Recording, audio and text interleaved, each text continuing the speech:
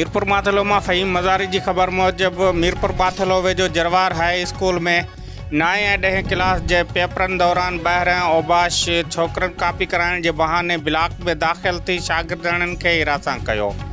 शागिर्दनि के वारसनि पारां रोकण ते ॿिनि धुरियुनि गबोल ऐं लोंड बिरादरी विच में लठियूं ऐं सिरोटा हलिया, जंहिंजे नतीजे में ॿिन्ही धुरियुनि जा 7 ॼणा आमिर गबोल, काशिफ मुराद लोंड, वसीम गबोल, जाबिर गबोल, काशिफ गबोल, मोहम्मद वसीम लोंड ऐं शाहबेग लोंड ज़ख़्मी थी पिया। पुलिस एक जवाबदार वसीम लोंड के गिरफ़्तार करे वरितो आहे ऐं चयो आहे त केस दाख़िल कयो वेंदो। ज़ख़्मियुनि खे इलाज लाइ सिविल अस्पताल मुंतक़िल कयो वियो आहे।